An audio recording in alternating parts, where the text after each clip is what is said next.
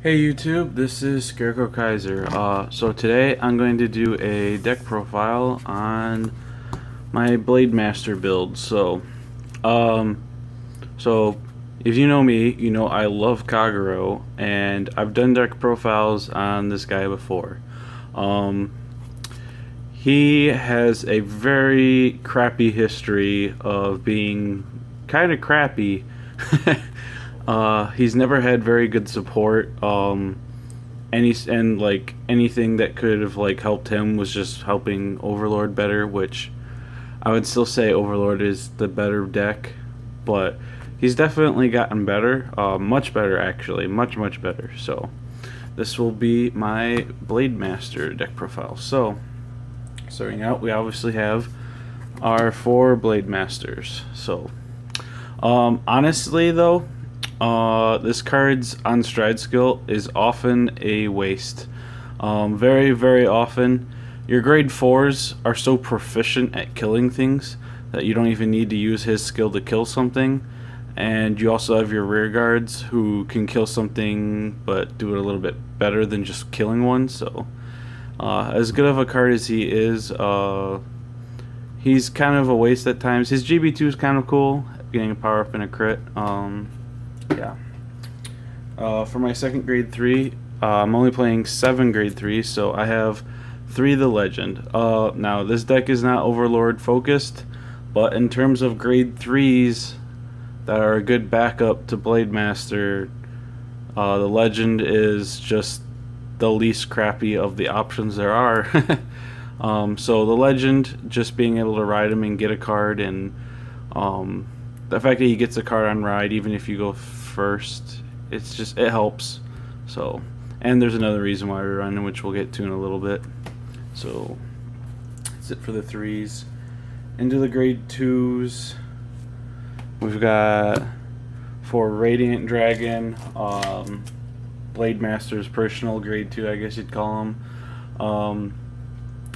So he powers up for he kills something and powers up for every empty circle. So that's pretty strong. However, a problem with this card that I would talk about is the fact that, as I said, Blademaster's on-strike kill effect is often overkill, like you don't actually need it. So a lot of times you want to just have a rear guard on the field, but you're like, oh, there's not anything to kill, I've killed everything already.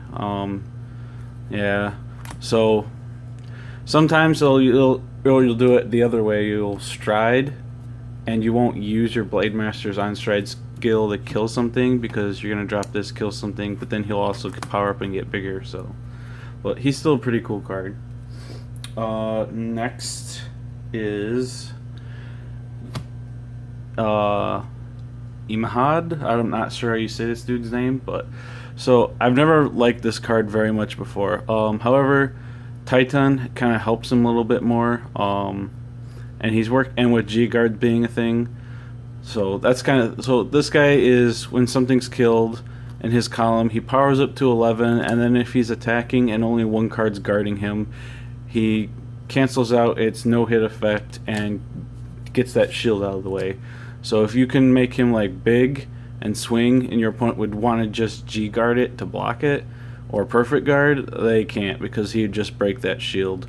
Also, even if he's only a 16k column and he's swinging, or just a 5k, he'll break that shield, so it makes your opponent guard awkwardly.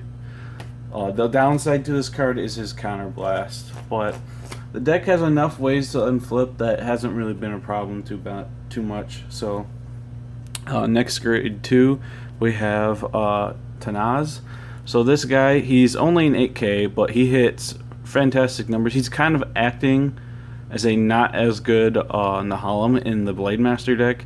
Whenever something's killed, he gets +5 for each thing that was killed. So if you bring up like your Blademaster Titan, and you call this and then use Titan's skill and you kill 3 things, this guy gets +3 and becomes a 28 all by himself. So he gets really big. As I say, he's kind of doing the job in the Nahalem. Downside being that he's just an 8k, and if you don't kill anything, he's just an 8k. So, and then my last grade 2 spot, I play 2 of this new guy, Nadim. So when you're blazing, he's an 11 and on hit unflips. So he's pretty cool. He does exactly what I would want the deck to do in terms of, you'll notice the majority of this grade 2 lineup is focused on power. As I said, you don't really need to have more cards that kill things. Like, that's why there's no Twilight Arrows in here and no Berserk Lords. It's very much overkill. Some people don't even think about it. They're just like, oh, there wasn't something to kill, it happens. No, if your Vanguards are so good at killing things, you should really just have the Vanguard do all the killing and have your rear guards be as beefy as possible. So that's, and this guy, he's 11, so he's good numbers. He with the grade 1s and stuff, he interacts well, and he can unflip damage, which this deck doesn't super struggle with because there's so many ways to unflip, but it does kind of help put a little bit more pressure into it. For the grade 1s, we got 4 of our on-stride guy, 4 of this guy, Nadell. Nadell is like Blademaster's personal grade 1. When you've killed something, he can countercharge and unflip when you start blazing. So he's an 11k booster basically who unflips. Very good. With this guy that makes 22, so it's a 15 guard column that would unflip. He teams up well with basically any of the grade 2s to make strong columns, and he keeps unflipping damage, so helps. We got our 4 damage unflipping perfect guards. I highly would prefer to play this over the blazing one. The only benefit to the blazing one is that for a soul blast you could bounce it, and I'm not too concerned about having that 6k booster out. It's not really helping most of my columns in this deck. I mean, it is something, but for me, I want to have the damage unflipping because I can do so much more if I'm able to just counterblast, counterblast, counterblast, unflip, unflip, unflip. Counterblast skills are pretty good skills, and if you can just keep rolling out counterblast after counterblast, it's gonna put so much more pressure than being able to call a perfect guard like once, broadcasting that you have a perfect guard to boost for 6 and then bouncing it to your hand. I think playing damage on flippers is much smarter. And my last grade 1 spot is 2 of Gyokuru, or how you say this dude's name. He's kind of like the one Dragon Knight grade 2. He's only 6k, but every time something dies, he powers up. So you kill one thing, and he's an 11. So teamed up with almost any of your grade 2s, pretty much any of the grade 2s, you're making your opponent already have the 15 guard. You kill 2 things. He's a 16. He makes the opponent 10 guard his attack by himself. So it's kind of like a Nahalem grade 1. For the starter, we're using Undux. So, and then our trigger lineup is, I'll go over Undux super quick actually. He's basically acting as, like, you know how Gear Chronicles use Gonna Gear Draco Kid to go get your grade 3 stride fodder? That's basically what this dude's acting as. He grabs in Overlord so you can pitch it to stride. And because of him, that's why we're able to play less grade 3s. Basically, as long as you could ride a grade 3, you'll probably be fine the whole game. And this card helps with that. So less grade 3s, but still not missing your chance to stride. Onto the triggers, we got 4 of our crit for Blademaster. Very helpful, the fact that moves to the soul. This deck does some soul blasting. And then our second grade 3, or crit, I should say, is Raksasha. I think that's how you say his name. He's from like the first starter deck for Kagero. Very old card. I'm playing this instead of a Flame Dragon trigger because he has a very cool effect. During the main phase, when you've killed something, he gets 3k. So let's say you really want to push them and kill them, you could drop this card, like do like your Titan move where you killed 3 cards, and now this card is plus 9, so it's a 12k booster. That's a big number. I think that effect much trumps over the option of being able to ride Legend and go, oh, I guess he'll take a crit so I can have a 10 shield. Like, yeah. Next we have 4 of our Gatling Claw draw triggers. I would probably play 12 crits if it wasn't for how good this thing's effect is. Fantastic effect. And then last we have 4 of our Flame Dragon heal triggers. So that's it for the main deck, and onto the G zone. So first G unit we're going to talk about is Vortex.